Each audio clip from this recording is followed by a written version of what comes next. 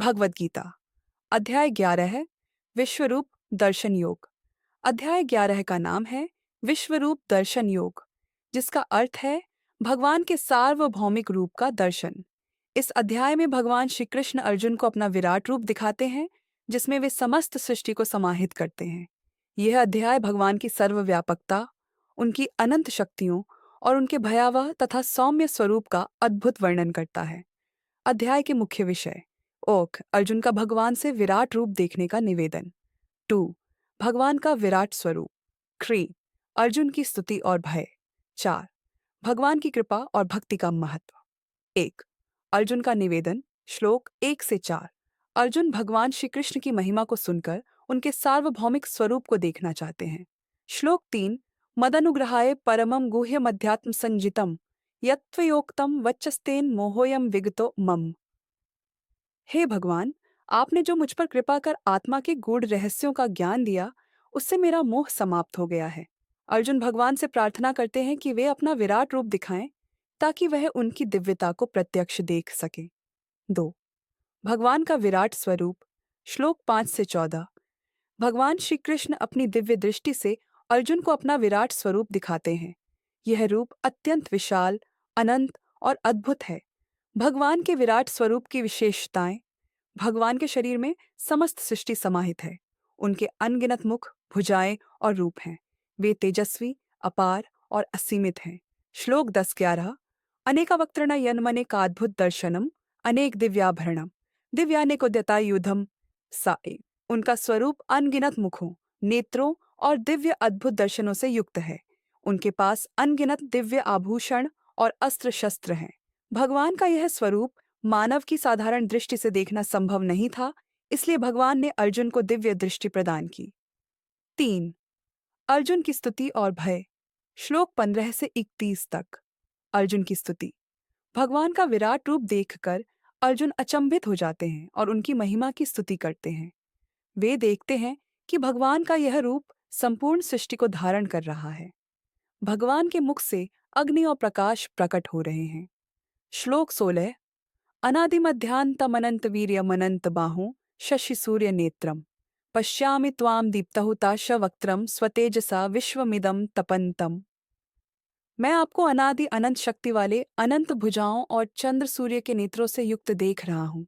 आपका तेजस्वी स्वरूप समस्त जगत को प्रकाशित कर रहा है। अर्जुन का भय। भगवान के इस विराट रूप में वे काल, समय और विनाश के भयंकर दृश्य देखते हैं। वे देखते हैं कि महान योद्धा और राजाओं का अंत भगवान के मुख में हो रहा है। यह देखकर अर्जुन भयभीत हो जाते हैं। श्लोक 31 आख्या ही में को भवानुग्र रूपो नमोस्तु ते देववर प्रसीद विज्ञातुमिच्छामि भवन्तमाद्यं न हि प्रजानामि तव प्रवृत्तिम।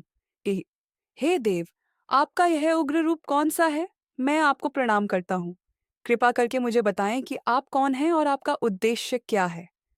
4 भगवान की कृपा और भक्ति का महत्व। श्लोक 22 से 55 तक।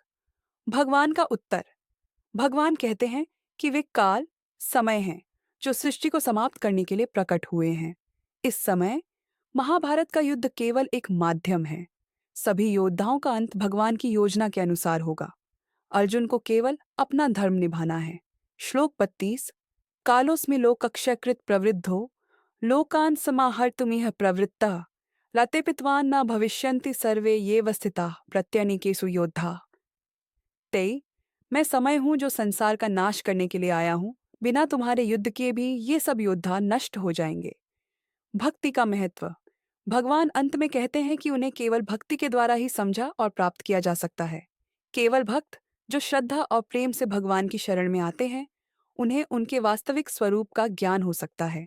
श्लोक 55 मन मना भव मद्भक्तो मद्याजी मान नमस्कुरु मामे वैश्यसि युक्त्वैव मात्मानं मत्परायणः।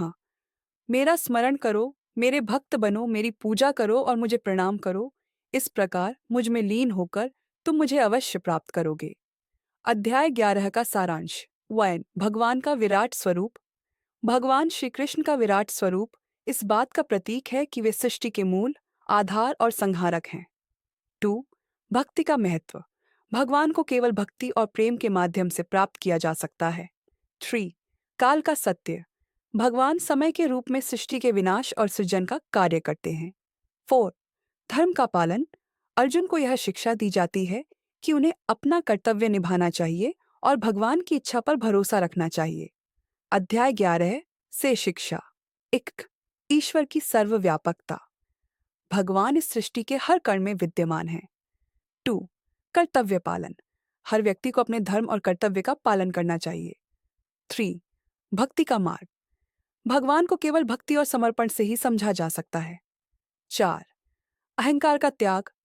यह अध्याय हमें अहंकार छोड़कर भगवान की महिमा को समझने और उनकी शरण में जाने की प्रेरणा देता है। निष्कर्ष। विश्वरूप दर्शन योग यह सिखाता है कि भगवान श्री कृष्ण इस संपूर्ण ब्रह्मांड में व्याप्त हैं। उनका विराट स्वरूप हमें यह समझने में मदद करता है कि सृष्टि में सब कुछ उनकी कृपा से हो रहा है। भगवान की भक्ति और उनकी शरण में जाने से ही हम सच्ची शांति और मोक्ष प्राप्त कर सकते हैं।